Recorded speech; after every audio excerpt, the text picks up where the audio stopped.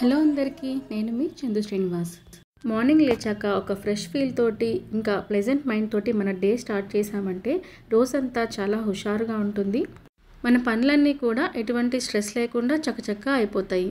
అందులో భాగంగా మనం చేయాల్సిన ముఖ్యమైన పని ఏంటంటే మన చుట్టూ ఉన్న నెగిటివిటీని మనం దూరంగా ఉంచుకోవాలి. ఎవరైతే మనల్ని విమర్శిస్తూ హేళన చేస్తూ తక్కువగా చూస్తూ మన వెనక చెడుగా మాట్లాడుతూ ఉన్న వారిని మనం దూరంగా ఉంచాలి. అప్పుడే మనకి ఎటువంటి నెగిటివిటీ స్ప్రెడ్ అవ్వకుండా ప్రశాంతంగా ఉంటాము. ఇక నా డే అయితే ఇలా స్టార్ట్ అయింది. మార్నింగ్ లేచాక చకచక అన్ని పనులు చేసుకున్నాక ప్రిక్కీకి క్యారేజ్ రెడీ చేశాను. వాడి కోసం నేను ఇవాళ ఆకుకూర తాలింపు చేస్తున్నాను. ఆల్రెడీ చెప్పాను కదా, ప్రిక్కీకి తాలింపులు అంటే ఎక్కువగా ఇష్టం అని చెప్పేసి. ఆకుకూర మార్నింగ్ అయితేనే ఫ్రెష్గా వస్తుందని ఉదయాన్నే లేచి పనులన్నీ అయిన తర్వాత కిందకి వెళ్ళి ఆకుకూర తీసుకొచ్చి అంతా వలిచేసి నీట్గా వాష్ చేసుకొని ఎక్కడా ఇసుక లేకుండా పోపు పెట్టుకొని ఇలాగా ఆకుకూర వేసి కొద్దిగా వాటర్ వేసి మూత పెట్టాను. ఆ నీళ్లు వేసుకోవడం వల్ల మనకి ఆకుకూర చక్కగా మగ్గిపోతుంది. ఇలా తాలింపులో చిటికెడు వాటర్ వేయడం వల్ల మనకి అన్నంలోకి కలుపుకోవడానికి బాగుంటుంది. లేదంటే మనకి చాలా డ్రైగా అయిపోతుంది తాలింపు.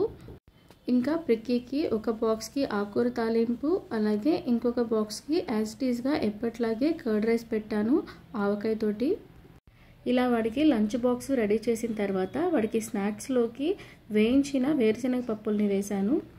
ప్రిక్కీకి అప్పుడే పళ్ళు వచ్చినప్పటి నుంచి ఇప్పటి వరకు ఇలా వేరుశనగ పప్పులు వేయించి ఇవ్వడం బాగా అలవాటు. వాడు కూడా వాటిని ఇష్టంగా తింటాడు. ఇంకా ప్రిక్కీ స్కూల్కి వెళ్ళిన తర్వాత నేనైతే నా రెండో ఘట్టం స్టార్ట్ చేశాను. మోసపోయే వాళ్ళు ఉంటే మోసం చేస్తూనే ఉంటారు జనాలు అనే మాట ఇవాళ నాకు గుర్తొచ్చింది. ఎందుకంటే ఇంటి కింద ఆటోలో 3 కేజీలు 100 అని టమాటాలు మైక్లో అరుస్తూ ఉన్నారు. సరే అని టమాటాలు ఎలాగో లేవు కదా అని చెప్పేసి కిందకి వెళ్ళాను తీసుకోవడానికి. అయితే ఆటోలో హస్బెండ్ ఇంకా వైఫ్ ఇద్దరు కలిపి అమ్ముతున్నారు. నేను టమాటాలను ఏరుతూ ఉంటే టమాటాలు అలా ఏరకూడదమ్మా, మేమే వేస్తాము అన్నారు. సరే చూసి మీరే మంచివి వేయండి, డ్యామేజ్ లేకుండా. డ్యామేజ్ ఉంటే ఒక కాయ వల్ల మిగతా అన్నీ పోతాయి అని చెప్పానన్నమాట. ఆయన కాటా వేసేలోపు వాళ్ళ వైఫ్ ఎక్కడమ్మా మీరుండేది, ఏ ఇల్లు మీది చూపించు అని చెప్పేసి ఇట్లా మాట్లాడుతూ ఉంది. ఈలోపు ఆయన టమాటాలు వేసాడు, నేను తెచ్చుకున్నాను. తర్వాత నేను కొంచెం బిజీగా ఉండి అలాగే ఫ్రిడ్జ్లో పెట్టేశాను. కరెక్ట్గా 2 డేస్ అంటే 2 డేస్ తర్వాత చూశాను ఇలా చాలా పండ్లు పోయి ఉన్నాయి. నార్మల్గా అయితే ఒక వారం రోజులు అలా వస్తాయి అన్నమాట. కానీ ఈసారి ఒక 3 to 4 డేస్ కంటే కూడా ఎక్కువ వచ్చేలాగా లేవు ఈ టమాటాలు. మా వారితో చెప్తే మా వారు అన్నారు అది వాళ్ళ స్ట్రాటజీ, మనమే తెలివిగా ఉండాలి అని చెప్పేసి అన్నారనమాట. నెక్స్ట్ టైం ఇలా కాకుండా ఖచ్చితంగా చూసుకోవాలి. ఇదంతా మీకెందుకు చెప్తున్నానంటే మీరు కూడా ఇలా మోసపోకుండా జాగ్రత్తగా చూసి వేసుకుంటారని చెప్తున్నాను. ఇక పనులన్నీ అయిపోయిన తర్వాత కాస్త సెల్ఫ్ కేర్కి టైం కేటాయిస్తాను. పెడిక్యూర్ చేసుకొని చాలా రోజులైందని ఇవాళ పెడిక్యూర్ చేసుకొని నెయిల్ పాలిష్ పెట్టాను. ఇక్కడ నెయిల్ పాలిష్ చూసిందంటే మా జితి పాప అస్సలు వదలదు. దాన్ని పాడు చేసి ఇంకా నెక్స్ట్ టైంకి అది పనికి రాకుండా చేసేస్తుంది. నాకు బాగా ఇష్టమైన కలరే అని ఎంత బతిమలన్నా ఇవ్వలేదు, మొత్తం పాడు చేసేసింది. ఇంకా చితి పాపను కూడా పడుకోబెట్టేసి నేను కాసేపు రిలాక్స్ అయ్యి ప్రిక్కీ కోసం ఐస్ క్రీమ్ తయారు చేయాలి అనుకున్నాను. అయితే నేను ఇలాగా ఇవాళ కొబ్బరితోటి ఐస్ క్రీమ్ తయారు చేస్తున్నాను. నేను ఇంతకుముందు ఇన్స్టాగ్రామ్లో ఒకసారి చూశాను, కొబ్బరి చిప్పల్ని ఇలాగా స్టవ్ మీద పెడితే చాలా ఈజీగా విడిపోతుంది కొబ్బరి అనేసి. సరే అలాగే ట్రై చేద్దామని చెప్పేసి ట్రై చేశాను అనమాట. నేను ఏమంతా ఈజీగా రాలేదు, ఒకటైతే వచ్చింది. అది కూడా అతి కష్టం మీద ఇలాగ ఎడ్జెస్ తీసుకుంటే అప్పుడు వచ్చింది. ఇక మిగిలిన 2 అయితే అస్సలు రాలేదు. అయితే నేను సరిగా చేయలేదో లేక వాళ్ళు అలా చూపించారో తెలియదు, కానీ చేసేదేం లేక నేను ఎప్పట్లాగే ఎలా తీస్తానో అలాగే తీశాను. నేను ఎప్పుడూ ఇలాగే తీసుకుంటాను, అరచేతిలో పెట్టుకొని కొబ్బరిని ఇలాగా కట్ చేసుకుంటూ ఉంటాను కత్తితోటి. పగలగొట్టను అనమాట చిప్పల్ని. ఎందుకంటే ఆ కొబ్బరి చిప్పల్ని మళ్ళీ నేను మెంతాకులు కోసం మట్టి వేసి మెంతులు వేసుకోవడానికి నేను అలాగా కట్ చేసుకుంటాను కొబ్బరిని. ఇలా తీయడం కాస్త డేంజరే. 2-3 సార్లు కత్తి కూడా అరచేతిలో గుచ్చుకుందనమాట. మీరు మాత్రం అస్సలు ట్రై చేయొద్దు. కానీ అలవాటు అయిపోయిందని నేను ఇలాగే తీసుకుంటూ ఉంటాను. ఇలా కొబ్బరి చిప్పలు ఖాళీ అయిన తర్వాత వీటిని పక్కన పెట్టేసుకొని మనం తీసి పెట్టుకున్న కొబ్బరికి ఇలాగా పైన డార్క్ కలర్ ఉంటుంది కదా, అదంతా తీసేసుకోవాలి. లేదంటే ఐస్ క్రీము మనకి వేరే కలర్లో వస్తుంది. ఇలా అంతా నీట్గా తీసేసుకోవడం వల్ల మనకి చక్కగా బాగా తెల్లగా కనిపిస్తుంది ఐస్ క్రీము బయట కొన్నట్టుగా. ఇలా అన్నిటిని చిన్న చిన్న ముక్కలుగా కట్ చేసేసుకొని బాగా కడిగేసుకొని మిక్సర్ జార్లోకి వేసుకొని మెత్తగా గ్రైండ్ చేసుకోవాలి. కొద్దిగా పాలు వేసుకొని ఇలా మెత్తగా గ్రైండ్ చేసేసుకోవాలి. ఇలా గ్రైండ్ చేసుకున్న తర్వాత ఇందులోనే 1 కప్పు చక్కెర కూడా వేసుకొని ఇంకా బాగా మెత్తగా గ్రైండ్ చేసుకోవాలి. ఎలాగంటే మనకి అచ్చం వెన్నలాగా అన్నమాట, అంత స్మూత్గా గ్రైండ్ చేసుకోవాలి. దాన్ని పక్కన ఉంచుకొని స్టవ్ మీద ఒక గిన్నె పెట్టి 1/2 లీటర్ వరకు పాలు తీసుకోవాలి. పాలు మరిగేలోపు 1 స్పూన్ కార్న్‌ఫ్లోర్ తీసుకొని కొద్దిగా వాటర్ పోసుకొని ఎక్కడా ఉండలు కట్టకుండా కార్న్‌ఫ్లోర్‌ని కలిపేసుకోవాలి.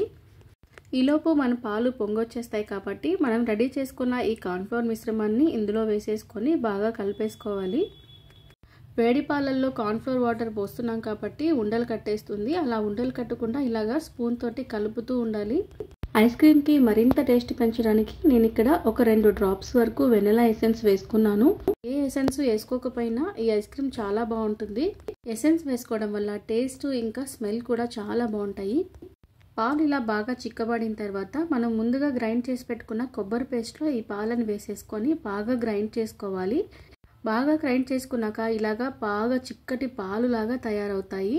మనకి ఇంకా ఓపిక ఉంటే దీన్ని వడకట్టుకున్నా కూడా ఇంకా బాగుంటుంది. వడకట్టామంటే స్మూత్గా ఉంటుంది ఐస్ క్రీము. నేనైతే ఇక్కడ న్యాచురల్గా అనిపించాలి కాబట్టి నేను వడకట్టలేదు. అలాగే ఈ కొబ్బరి చిప్పల్లోనే ఈ పాలను కూడా పోసుకుంటున్నాను. అప్పుడే మనకి చాలా డిఫరెంట్గా అనిపిస్తుంది ఐస్ క్రీము చూడటానికి, తినటానికి కూడా. దీని టేస్ట్ ఎలా ఉంటుంది అని నన్ను అడిగితే కొబ్బరి బర్ఫీని వెనిలా ఐస్ క్రీమ్లో ముంచుకొని తింటుంటే ఎలా ఉంటుందో అలా ఉంటుందని చెప్తాను. ఎలా అయితే వెనిలా ఐస్ క్రీమ్ ఇంకా గులాబ్ జామ్ని జోడించి తింటారో అలాగే కొబ్బరి బర్ఫీని ఐస్ క్రీమ్లో ముంచుకొని తిన్నట్లుగా ఉంటుంది. చాలా చాలా టేస్టీగా ఉంటుంది. కొబ్బరి చిప్పల్లో పోయగా నాకు ఇంకాస్త పాలు మిగిలాయి అన్నమాట. నేను ఇలాగా స్టీల్ డబ్బాలో పోసుకొని పెట్టాను. ఐస్ క్రీమ్ మనకి పర్ఫెక్ట్గా రెడీ అవ్వడానికి ఒక 4 అవర్స్ టైం పట్టింది. 4 అవర్స్ తర్వాత మనకి ఐస్ క్రీమ్ చక్కగా రెడీ అయిపోయింది. చాలా చాలా టేస్టీగా, స్మెల్ అయితే అదిరిపోయింది. ఇంకా టేస్ట్ చూడాలి. టేస్ట్ కూడా చాలా బాగుంది. తప్పకుండా ట్రై చేయండి. పిల్లలకి చాలా చాలా నచ్చుతుంది. అలాగే ఎండలు కూడా స్టార్ట్ అవుతున్నాయి కాబట్టి ఎక్కువగా ఐస్ క్రీమ్స్, జ్యూస్లు కూడా పిల్లలు అడుగుతూ ఉంటారు. అవి బయట నుంచి కొనకుండా మనము ఇంట్లోనే రెడీ చేసుకుంటే ఇంకా బాగుంటుంది. ఇంకా స్టీల్ డబ్బాల్లో వేసిన ఐస్ క్రీమ్ కూడా నాకు పర్ఫెక్ట్గా రెడీ అయిపోయింది. ఒకసారి మనం వాటర్లో ముంచి తీసామంటే బాక్స్ని మనకి చక్కగా ఊడి వచ్చేస్తుంది ఐస్ క్రీము. దీన్ని ఇలాగా పీసెస్గా కట్ చేసి సర్వ్ చేశాను. మా ఇంట్లో వాళ్ళకి చాలా చాలా నచ్చింది ఐస్ క్రీము. సమ్మర్ ఇంకా స్టార్ట్ అవ్వలేదు, ఎండలు మాత్రం అదిరిపోతున్నాయి. అప్పుడే ఐస్ క్రీమ్లు, కూల్ డ్రింక్స్ ఇలాగా తాగాలని బాగా దప్పికగా ఉంటుంది. అలా ఏమన్నా తాగాలి, తినాలి అనుకున్నప్పుడు అప్పటికప్పుడు బయటికి వెళ్ళడం కుదరనప్పుడు ఇలా ఇంట్లో ఈజీగా చేసేసుకోవచ్చు. ఇక ప్రిక్కీ అయితే స్కూల్ నుంచి వచ్చేసాడు. వాళ్ళకి ఇలాగా సర్ప్రైజ్గా ఇచ్చాను. చాలా హ్యాపీగా ఫీల్ అయ్యారు, ఇష్టంగా తినేశారు. మీకు కనుక ఈ వీడియో నచ్చితే లైక్ చేయండి. అలాగే మన ఛానల్ కూడా సబ్స్క్రైబ్ చేయండి. Thanks for watching.